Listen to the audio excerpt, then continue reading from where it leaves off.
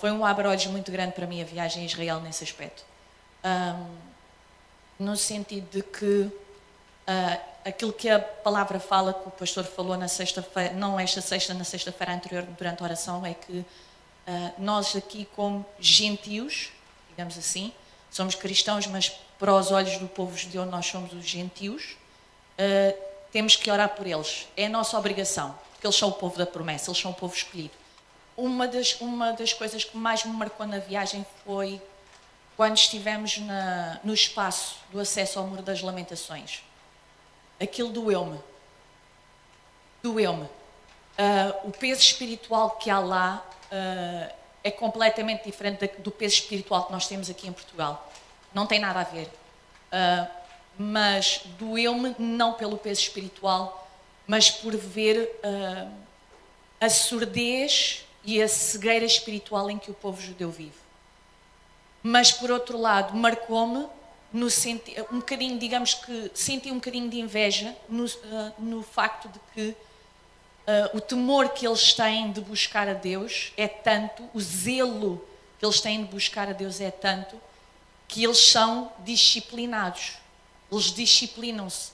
Se não fosse assim, nós não teríamos mulheres militares, ainda com a AK-47 presas à cintura, a irem de manhã, a irem à tarde e a irem à noite ao Muro das Lamentações orar. À paisana, mas que não deixam de estar em serviço. Uma das coisas que o nosso guia, o Mochico, ele é judeu messiânico, a forma com que ele apaixonadamente falou de Jesus e da terra, ele é descendente daquela terra, a maneira como ele falou apaixonadamente de Jesus e do povo e de tudo aquilo que Jesus passou lá, mexeu muito comigo nesse aspecto. A maneira como ele explicou as coisas, a unção que fluía, porque ele disponibilizou-se, então Deus fluía, o Espírito Santo fluía mesmo através dele, de tudo aquilo que ele falava, mexeu muito comigo. Quando esteve a falar da época da crucificação, nós passámos pela zona dos banhos romanos, ele teve-nos a explicar historicamente, arqueologicamente, logisticamente falando, ele explicou tudo. E baseou-se sempre na palavra, o tempo todo. Sempre, deu os versículos, deu as passagens, deu tudo. E quando ele mostrou-nos os banhos romanos, e logo a seguir começa a falar da passagem de Jesus, quando já estava na cruz do Calvário, e quando ele falou sobre quando Jesus já estava pregado na cruz, e o soldado lhe foi dar a esponja envinagrada a beber, só para vocês terem uma ideia, naquela época das crucificações, a contingência romana, que eram largas centenas de soldados, eram deslocados de propósito em cima da hora para aquele espaço do lugar da caveira. Eles não tinham sítio de se assear. Então o que é que acontecia? Juntamente com os soldados, vinha cada um escravo com eles, um servo, com eles, com tudo aquilo que era necessário para eles se higienizarem. O servo com uma vara enorme, com uma esponja natural, espetada na ponta dessa vara, enchiam-na de vinagre e limpavam os seus senhores. À distância, porque eles não admitiam ser tocados pelos servos. Agora imaginem Jesus, quando clama tenho sede, o que é que o soldado lhe dá? Este foi o nível de humilhação. Não venham com a história de que tinha narcóticos na esponja. Não tinha. Não tinha. Era uma esponja que tinha sido acabada de ser usada com vinagre para limpar as partes baixas de um soldado, para não dizer outra coisa. E que usaram-na para dar de beber a Jesus. Esse foi o nível de humilhação a que ele passou. E voltando ao Muro das Lamentações, quando eu vi elas, como elas se dirigiam, o Muro das Lamentações é a parte mais próxima que existe, o lugar santíssimo. Neste momento, os muçulmanos estão a ocupar o espaço que é aquilo que nós conhecemos hoje como o Domo da Rocha, que está sob a alçada do governo da Jordânia. Então, fazendo de contas que isto aqui é o Muro das Lamentações, elas chegam lá por respeito, dobram os joelhos e começam a Elohai Adonai com o caderno de orações. Cada vez que está o nome de Elohai, elas estão constantemente a fazer isto. Eu não percebia muito bem porque é que elas faziam, até o irmão Mochico começar a explicar. Todo o tempo elas estão nisto. Acaba uma, vem outra que está atrás em fila, põe-se à frente. Então elas, quando acabam a oração, o nível de zelo e de temor a Deus é tanto que elas fazem isto. Elas nunca viram as costas até chegarem a um certo ponto, que está lá mesmo marcado por pedra. Aí sim, quando elas veem que já estão àquela distância, elas viram costas e vão embora. Mas nunca, para elas é uma afronta, uma falta de respeito, virar as costas ao Muro das Lamentações. Mas também passámos por sítios excelentes, pudemos visitar o monte do Gólgota, onde Jesus foi crucificado. Realmente parece que as aberturas na rocha, aquilo parece mesmo como uma caveira, até assustador. E Jesus foi crucificado numa paisagem já que indicava morte, não era? A caveira, como é o significado em hebraico.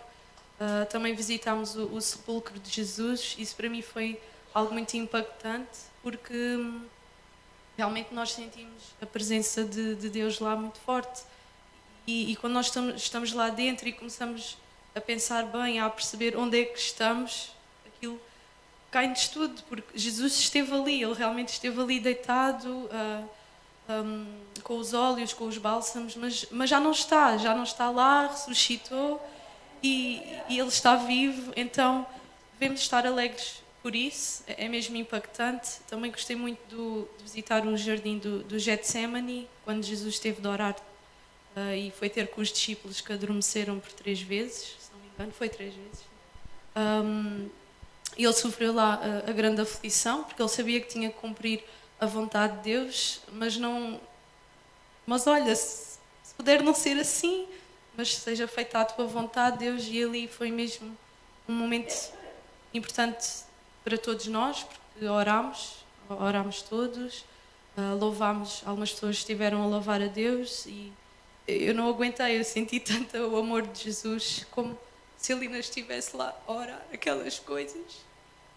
Eu tive que me ajoelhar, porque não aguentei o impacto do Espírito Santo. Estava com tanto amor, com o sacrifício dele, foi tão forte, porque ele realmente ele ama-nos tanto e tudo o que nós podemos querer e desejar é fazer a vontade do Pai, mas muitas vezes nos doa, muitas vezes não queremos, temos que sacrificar, seja o nosso tempo, seja as nossas vontades, os nossos quereres, mas por um bem maior, porque nós não sabemos depois quem é que vai beneficiar disso, porque nós beneficiamos e muito do que Jesus fez. Se ele não tivesse sofrido e aguentado aquelas coisas, a Andrea referiu apenas uma delas, 2, a cruz e aquilo da esponja, nós se calhar não íamos usufruir da salvação, não é? O meu Chico explicava, e a Andrea explicou muito bem, nós para eles. Então temos mesmo de ter muito amor por eles, porque eles ignoram-nos assim. Não é por mal, tem a ver com a educação deles, com a religião, tem a ver com tudo aquilo, os mandamentos, mas temos mesmo de orar para os amar, porque é mesmo uma cegueira muito grande, porque eles nem sequer dão abertura a ouvir sequer falar do nome de Jesus, do nome de Yeshua. E quando estávamos no muro, nós fomos lá uma vez e eu só fiquei atrás a orar, pronto, por eles, por elas. Nós ficámos na parte das senhoras e não fui lá à frente, não quis ir, pronto.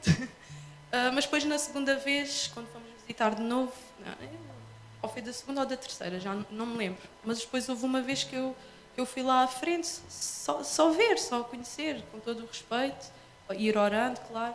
E eu estava a ouvir muitos lamúrios, um choro mesmo de lamentar, de sofrimento. Não percebi quem era, mas uma senhora à minha frente estava ajoelhada à frente do muro. Pois elas tocam muito no muro, não sabia quem era, mas assim que eu me aproximei, veio mesmo, acredito que foi mesmo o Espírito Santo. Literalmente assim: mulher, por que choras? Mulher, por que choras? E eu assim, realmente, mulher, por que choras? E depois até comentei isto com a Andrea e ela, isso é daquela passagem de João, daquela história que quando Jesus... Não é história, é verdade, não é nenhuma história, é sério. Quando Jesus ressuscitou, e eu, pois é verdade, Jesus disse isso, quando andavam à procura dele, é verdade. Diz assim, em João 20, 13, perguntou Jesus: mulher, por que choras? A quem procuras? Ela achava que era o jardineiro e respondeu: Senhor, se tu o tiraste, diz-me onde puseste, eu o levarei. E Jesus disse: Maria. Maria. Ela, voltando-se, lhe disse em hebraico: Raboni, que quer dizer mestre.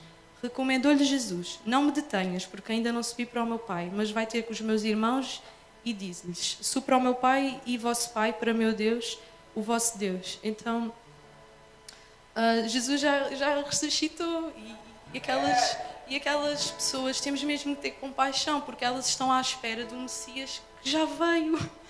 E para nós é tão óbvio, mas para eles não é. Não é isso. É um grande sofrimento, porque nós temos o Espírito Santo, nós conhecemos a verdade, mas eles não, e nem querem. Isso é muito doloroso. Temos de orar pela salvação deles mesmos, porque só Deus é que pode libertar esse espírito. E nós, o quanto é que desejamos a volta de Jesus? O quanto é que desejamos que Ele volte de novo? Porque Ele veio, vai voltar. Aquelas pessoas estão à espera dele. Ele já veio. Então nós todos os dias temos que desejar a vinda dele de novo.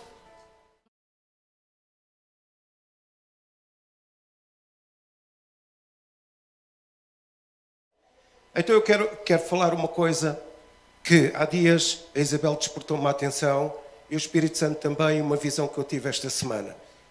Falar acerca do engano na igreja. Uma coisa simples. Eu vou ler 1 Timóteo 4, 1 a 2. 1 Timóteo. Eu quero esclarecer aqui muita coisa, não tenho muito tempo hoje, que eu disse que era só 15 minutos, podem começar a contar 15 minutos, mas eu quero falar sobre o engano na igreja. O engano na sociedade que tem proliferado na igreja. Eu gosto de estudar estas coisas. Aliás, esta semana estava com a Vera, 1 Timóteo 4, 1. Estava com a Vera num sítio maravilhoso, em Penela. Conhecem Penela? Este tempo não conta para a pregação. Até mesmo acerca de Israel nós temos sido enganados. Sabe porquê? Quando eu cresci diziam assim: nós somos o Israel espiritual e nós substituímos Israel. Mentira. É uma mentira. Leiam Romanos 9, 10 e 11 e o apóstolo Paulo explica isso muito bem. Mas não vou falar sobre Israel, ainda que nós devemos de orar por Israel, amém? Pela salvação dos judeus, pela sua proteção, como a Andreia falou. Mas eu quero falar acerca do engano. Do engano. Sabe porquê? Eu vou falar sobre isso porque quando nós somos enganados, há consequências físicas, espirituais, emocionais, quando nós somos enganados. E há muita doutrina que prolifera na igreja que não é verdade bíblica, que é um engano. O apóstolo Paulo, eu vou começar por falar acerca do engano que tem sido estabelecido na igreja gradualmente sem nós notarmos. E este versículo que eu vou ler, o versículo 1, vai sustentar isto que eu vos vou dizer. Diz assim a palavra de Deus: Mas o Espírito expressamente diz que nos últimos tempos apostarão alguns da fé, dando ouvidos a espíritos enganadores. Algumas versões dizem espíritos sedutores e doutrinas de demónios. Versículo 2. Pela hipocrisia de homens que falam mentiras, tendo cauterizado a sua própria consciência. A primeira mentira que se tem instalado na igreja, e eu quero deixar claro, é precisamente esta. Muita gente tem posto o Espírito Santo fora da igreja. Muita gente tem desclassificado o Espírito Santo. Ele é o nosso melhor amigo, ele é o Espírito de Cristo. Jesus falou mais do Espírito Santo do que de muitos outros assuntos. E Jesus intercedeu ao Pai, falou com o Pai para que o Pai derramasse o Espírito Santo sobre a igreja e que o Espírito Santo fosse uma pessoa. E diz a Bíblia que ele derramou o amor de Deus nos nossos corações. Diz a Bíblia que quando nós estamos em aflição, ele intercede por nós com gemidos inexprimíveis para nos ajudar. Diz que o Espírito Santo nos convence do pecado, da justiça e do juízo. Diz que ele nos convence que nós somos filhos de Deus e por isso clamamos Abba Pai. E uma das grandes mentiras que se instala na igreja hoje é o facto de não dar importância nenhuma ao Espírito Santo. As pessoas puseram o Espírito Santo fora da igreja. Ele representa Jesus. Aliás, Jesus disse: é o Espírito Santo que vos vai revelar o que eu quero dizer, o que eu já disse, o que vos vai revelar a forma como me adorar. Está lá em João 14 e João 16. Jesus fala muito sobre o Espírito Santo. E aqui este texto diz, Paulo diz a Timóteo: olha Timóteo, o Espírito Santo falou claramente. Paulo não diz, eu disse. Ele disse, o Espírito Santo está a dizer que muitos no fim dos tempos vão afastar-se da fé. O Espírito Santo fala inequivocamente, o Espírito Santo fala inquestionavelmente, o Espírito Santo fala de uma forma clara, o Espírito Santo fala de uma forma forte, o Espírito Santo fala profeticamente. Aqui parece que o Espírito Santo aponta o seu dedo profético para aquilo que vai acontecer nos últimos tempos. E aqui Paulo diz, olha, Timóteo, tu estás a passar uma situação horrível. Qual situação horrível? Muita gente se deixará enganar agora por doutrina de demónios e por espíritos sedutores, e no fim dos tempos, daqui a milhares de anos, e o Espírito Santo está a profetizar, é o dom profético do Espírito Santo, muitos se irão enganar também. Não é? E o apóstolo Paulo está a dizer, isto está a acontecer agora, mas no fim dos tempos muitos ficarão enganados. Muitos ficarão enganados. E há tanta doutrina enganadora hoje na sociedade, não é? E na igreja. E uma delas é o facto de nós desclassificarmos o Espírito Santo, não querermos uma relação íntima com o Espírito Santo. Eu estava a ler Tiago 4.4 e Tiago 4.4, o apóstolo Tiago chama adúlteros às pessoas que na igreja deixaram de ter adúlteros. Adúlteros é aquela passagem de alguém que tem uma relação extraconjugal. E o apóstolo Tiago está a dizer, muitos que deixaram de ter esta relação prática, esta relação íntima com o Espírito Santo, são adúlteros. Estão a ter outro relacionamento perverso. Estão a violar aquilo que Deus instituiu. Ou seja, a relação com o Espírito Santo. A relação com o próprio Jesus. Porque o Espírito Santo é o Espírito de Jesus. Mas há muitas doutrinas que têm passado na sociedade. E o Espírito Santo fala claramente.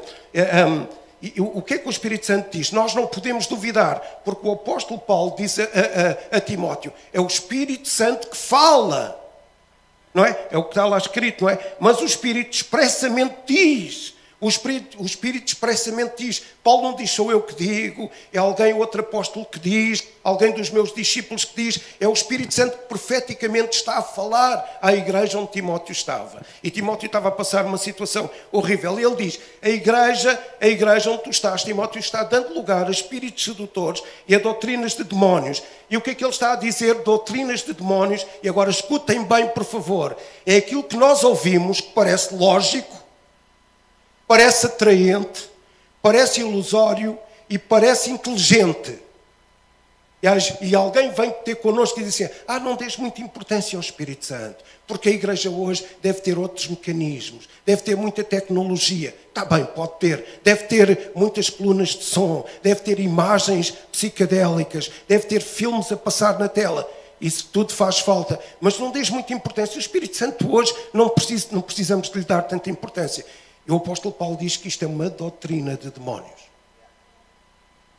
Quando nós desclassificamos o Espírito Santo. E parece lógico. Nós temos assim, porquê é que precisamos do Espírito Santo? Temos tantos mecanismos técnicos, humanos, não é? Temos tanta capacidade, não precisamos do Espírito Santo para nada. Mas essas doutrinas atraentes, inteligentes, não é? Baseado naquilo que a ciência, que a educação, que a cultura diz na sociedade. Doutrinas inteligentes vão influenciando a nossa vida. Amém? Só que o Espírito Santo fala profeticamente. E sabe, o Novo Testamento está cheio de passagens que falam acerca do engano dos últimos tempos. O Novo Testamento está cheio de passagens que falam acerca de espíritos que enganam a igreja naquele tempo e agora neste tempo, milhares de anos depois. Deixa o Espírito de Deus falar ao seu coração. E a igreja primitiva nasceu no meio do paganismo, nasceu no meio de cultura a ídolos, a adoração a ídolos, nasceu no meio de atividade demoníaca, nasceu no meio de ídolos, de cultura a ídolos, nasceu no meio de cultura e de adoração a falsos deuses. Então já naquela época, esta influência, esta mentira tentava invadir a sociedade e a igreja. E a igreja nasceu ali. E Paulo mostra a Timóteo como lidar com estas coisas horríveis no final dos tempos. E o que dá a ideia é que no final mesmo, na última estação, porque Paulo diz, nos últimos tempos, ou seja, na última estação, eu hoje de manhã, e desculpem, vou falar deste nome, estava a ouvir uma profecia, uma visão que o Benigno teve há dias. Não ouvi tudo, que aquilo tem muito tempo. Eu estava a ouvir uma visão que o Benigno tem há dias. E esta semana tive uma visão horrível, de alguma coisa negra que pairava sobre a igreja no seu geral e tinha uns olhos luminosos que atraía as pessoas, mas era uma coisa que pairava tanto individualmente como coletivamente a igreja no seu todo. E daí a natureza desta pregação. E nos últimos tempos nós vamos ser enganados com sedução de espíritos enganadores e nós, salvo seja, não é? A sociedade e parte da igreja com doutrinas demoníacas. E o Espírito Santo está aqui a apontar o seu dedo profético e ele diz, olha, milhares de anos depois vai acontecer isso. Não é? Isto já está a acontecer na tua vida, Timóteo, como pastor da igreja em Éfeso. Mas milhares de anos depois acontecerá o mesmo. E o Espírito Santo está a falar algo bem declarado. Diga lá, bem declarado. Inegável, diga lá, inquestionável, inequívoco, definido, claro e forte. Não há dúvida que nos últimos tempos isto vai acontecer. E sabe, e Paulo diz aqui, nos últimos tempos, ou seja, nós estamos nos últimos dias, na última estação. Nos últimos tempos, a história bíblica fala acerca de estações. E será uma estação, quando Paulo fala acerca de últimos tempos, está a falar de uma navegação de um barco em que para em vários portos, em várias estações. E o barco chegou ao último porto. Já não há mais estação nenhuma. Nós esperamos... E o Benino hoje estava a falar, teve uma visão da vinda de Cristo. Não é? E que ele subia, e depois um dia eu conto-vos essa visão da vinda de Cristo. Nós estamos na última estação, provavelmente. E na última estação, alguma coisa acontecerá para enganar a sociedade e para enganar a igreja. Será o final de uma era. Não é? E diz a Bíblia aqui que muitos se afastarão da fé. E este afastar da fé em grego significa a pessoa não se vai embora da fé de um momento para o outro. Significa a pessoa se vai afastando lentamente, gradualmente. Vai deixando que alguma coisa segreda ao seu ouvido de doutrina errada. Eu vou dar-vos um exemplo de alguém que se afastou de uma doutrina certa. É questionável. Jesus disse em Mateus 6, quando vocês orarem, então é suposto a igreja orar, mas depois ele diz, Mateus 6,16, e quando vocês jejuarem? Então a igreja primitiva jejuava coletivamente. Só que nós, há um tempo atrás, há alguns anos atrás, começámos a questionar. Não, o importante é estar à mesa, o importante é nos relacionarmos, o importante é estar à mesa juntos a comer. É verdade, também é importante. Mas começámos a questionar o poder do jejum. Começámos a questionar a doutrina do jejum. E sair da fé não quer dizer que estas pessoas se afastem da ideia da fé de milagres. Não, elas vão acreditar sempre em milagres, vão ter sempre fé para milagres, vão se afastar da doutrina saudável, vão se afastar da ideia que o Espírito Santo é o nosso melhor amigo, vão se afastar da ideia que o Espírito Santo representa Jesus, vão se afastar da ideia que o Espírito Santo é que nos revela as Escrituras, vão se afastar da ideia que é importante jejuarmos juntos, vão se afastar da ideia que não é importante jejuar nem orar, porque Deus já concebeu todas as coisas, e muitas doutrinas inteligentes vão afetar a sociedade e vão afetar a igreja. Amém? Então esta ideia, nós não precisamos jejuar, foi uma doutrina que foi instalada. Não é verdade, porque Jesus disse, Mateus 6,6, quando vocês orarem, então ele parte do pressuposto que nós vamos orar todos. E quando vocês jejuarem, ele parte do pressuposto de Mateus 6,16, que nós vamos jejuar. E a igreja primitiva jejuava coletivamente. E mais, John Wesley definiu, ninguém pode servir no ministério comigo se não jejuar 2 dias por semana. Então os entendidos, não é? Os avivalistas conheciam o poder do jejum. Então, mas a Bíblia diz que muitos vão se afastar da fé. Ou seja, paulatinamente, muitos vão dar ouvidos a muita coisa. Vou dar outro exemplo. A doutrina cristã é que os pais determinam a vida dos filhos. Os pais corrigem os filhos. Os pais disciplinam os filhos. Hoje nós decidimos, não, o meu filho faz o que ele quer, ele é adulto, ele está a crescer, ele faz o que ele quer, ele decide o que ele quer, ele está... E essa é uma doutrina que foi instalada na vida da sociedade. Não podemos corrigir os meninos na escola, não podemos afetá-los, coitadinhos, psicologicamente vão ficar afetados. Não, os nossos filhos têm que ser dirigidos pelos pais. Os pais têm a responsabilidade, mas há uma doutrina que terminou, não, mesmo na igreja, os filhos fazem o que eles querem, eu vou ceder, eu vou fazer o que o meu filho quer, porque eu não quero perder o meu filho. Não, é precisamente o contrário. A doutrina bíblica é que os pais corrigem os filhos, disciplinam os filhos, dirigem os filhos, oram pelos filhos, mas vejam como as doutrinas vão sendo instaladas na igreja fraudulentamente, perigosamente, e nós vamos Não é? Vamos ser enganados. Mas diz a Bíblia que muitos se afastarão da fé lentamente. Não é? A pessoa não altera o seu sentido doutrinário de um momento para o outro. Ela vai alterando o seu sentido doutrinário à medida que vai ouvindo coisas erradas, que a sociedade diz. Muitos vão abandonar a doutrina bíblica dentro da igreja. O foco vai estar virado para outra influência. Quando o apóstolo Paulo diz aqui, por espíritos sedutores e doutrinas demoníacas, significa que o foco de muita gente não será Deus, não será o Espírito Santo, não será a exaltação de Jesus. O foco será outra influência qualquer. Vou dar-vos um exemplo.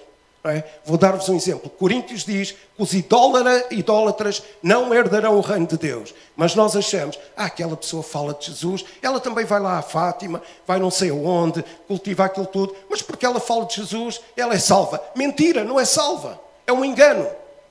Mas nós achamos que é. Não é salvo, só é salvo aquele que é responsável por adorar Jesus, o único Senhor e Salvador.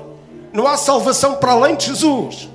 Amém? Mas nós achamos, não, aquela pessoa, coitada, é tão boa pessoa, vai lá à Fátima de joelhos, ela até fala de Jesus.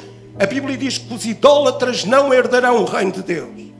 Os mentirosos não herdarão o reino de Deus. Os murmuradores não herdarão o reino de Deus.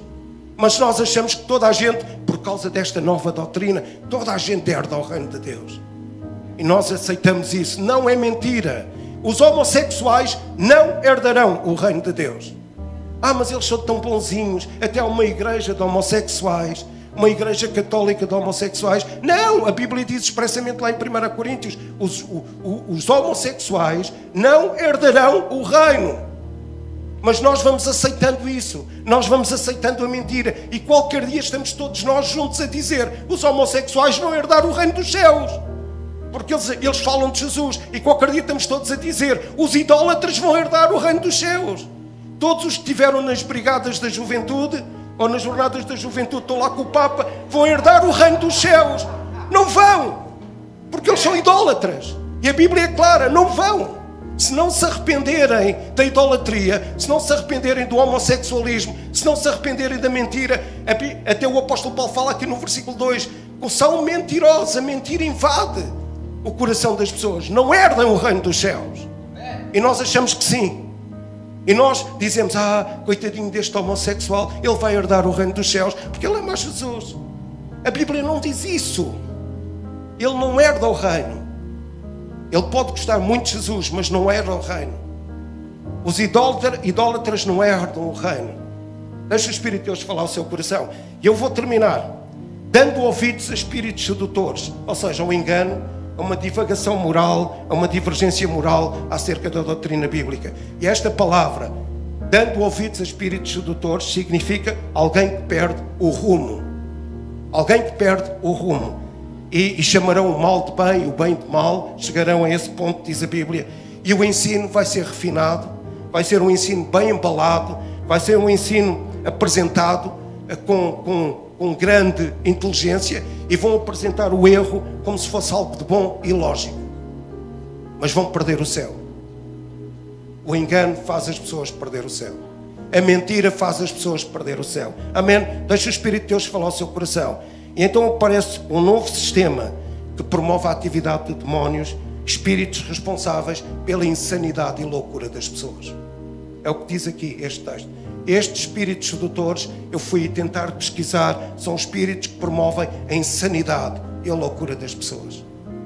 Deixa o Espírito de Deus falar ao seu coração. Se você é um mentiroso compulsivo e não se arrependeu, pode falar de Jesus às vezes que quiser, não vai herdar o reino dos céus. Tem que mudar de vida. Amém? Tem que mudar de vida. Se você idolatra uma coisa qualquer, tem que mudar de vida, senão não vai herdar o reino dos céus. Amém? Então há doutrinas que começaram a proliferar na igreja para nos enganar. E sabe, Jesus falou muito sobre o engano em Mateus 24. Jesus fala muito sobre o engano. Ele diz, um dos sinais dos últimos tempos é o engano. Eu já ouvi pessoas dizer, os homossexuais, se amarem Jesus, vão para o céu. Não vão. Não vão. Mas aquela pessoa que é idólatra, se amar Jesus, vai para o céu. Não vai. Mas aquele homem é tão bom, tão bonzinho, que faz coisas tão boas, ele vai para o céu. Não vai. se não amar Jesus acima de todas as coisas, como Senhor e Salvador da sua vida, pode ser o homem mais bonzinho do mundo, não vai para o céu, porque só há um caminho para o céu, que é Jesus Cristo, o Senhor. Então nós às vezes enganamos-nos, não é? E nós achamos que tudo o que entra na sociedade é bom para nós. Não, nem toda a modernidade é boa para nós. Então isto aparece, esta cultura aparece na sociedade, aparece nos tribunais, aparece na ciência, aparece na educação, aparece nos média e também já está a aparecer na igreja. Também já está a aparecer na igreja. Nós somos bombardeados com uma mentira que vai se constituindo uma verdade, um erro lógico, alguma coisa que serve como doutrina. E eu vou terminar. Jesus falou acerca dessa ilusão. Jesus falou acerca do engano. Jesus falou acerca que nos últimos tempos o engano afetará a igreja. É um dos sinais que afetará até os escolhidos. Então tomem cuidado. Nem todas as doutrinas que aparecem gradualmente, paulatinamente, são boas. Parecem inteligentes. Eu sei que isto afeta a nossa forma de pensar. Não são boas. Não são boas. Elas vão introduzindo gradualmente uma mentira. E passado um tempo, as pessoas estão a pensar que aquela mentira é verdade e que aquilo é mesmo assim. Não se deixem enganar por isso, por favor. Não se deixem enganar por isso. Só há uma forma de ir para o céu.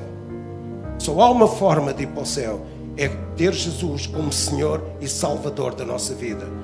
Não é? O apóstolo Pedro não nos leva para o céu, Maria não nos leva para o céu, a idolatria não nos leva para o céu. Deixem-se de enganos. Só há uma forma de ir para o céu, é através de Jesus. Amém? Doutrinas erradas. Querem ver uma doutrina errada? Passa na nossa sociedade. Antigamente, não é? Os pais cuidavam dos filhos. Hoje, por causa da azáfama laboral, isso não acontece assim. Não há nada errado em os avós tomarem conta dos filhos. Há errado é quando os pais passam a vida em prol de uma carreira, em prol de dinheiro, em prol de condições disto e daquilo, e esquecem que Deus lhes deu a capacidade de serem mordomos de crianças que estão em sua casa. Não se deixe enganar. A tua vida, o dom principal. A semana passada eu disse, há pessoas aqui que têm um dom, é ser mãe. É um grande dom, ser mãe. E o dom principal da nossa vida como família, aqueles que têm filhos, não é ganhar dinheiro, não é ter uma promoção na carreira, se isso acontecer ainda bem, mas o dom principal é gerir a vida dos filhos, é ser pais. Mas a sociedade hoje diz-nos, por exemplo, na Bélgica, as pessoas não têm filhos, têm cães. E essa doutrina passou, não é? Porque não querem cuidar de crianças. Não, a Bíblia diz, multiplicai-vos e enchei a terra. Essa é a doutrina cristã. Tende filhos, não cães. Os cães não podem dar sequência à nossa herança. Tende filhos, não cães. Deixem o Espírito de Deus falar no vosso coração. Mas hoje nós dizemos, é tão bom ter um cãozinho. Eu quero lá saber ter filhos. Eu conheço um caso de umas pessoas que trataram mal uma criança porque tinham um cão. Deixem o Espírito de Deus falar no seu coração. Há tantas doutrinas a proliferar na sociedade. A televisão fala disso, as escolas falam disso, a cultura fala disso, os média falam disso. Deixem Deus falar ao vosso coração esta manhã. Não se deixem enganar. Jejum é uma doutrina da igreja. Amém? É uma doutrina. Idolatria não é uma doutrina. Não faz parte da nossa doutrina. Ninguém vai para o céu cultivando outro ídolo qualquer. Deixa o Espírito de Deus falar. O Espírito Santo faz parte da doutrina da igreja. Até que no princípio a igreja de Atos é chamada a igreja de Atos do Espírito Santo. Onde é que nós temos posto o Espírito Santo hoje? No louvor, na pregação, na relação entre nós. Onde é que está o Espírito Santo? Então não se deixe enganar por doutrinas falsas. Amém? Não se deixe enganar. Eu tive cuidado porque tive uma visão esta semana. Alguma coisa me pareceu estranho. Uma nuvem preta, com olhos sedutores a tentar enganar a igreja. Não se deixe enganar. Vamos ficar de pé. Amém? Louvor faz parte da igreja. Há pessoas, eu já ouvi dizer, não é preciso termos muito tempo de louvor. Não, a igreja primitiva passava os dias a louvar.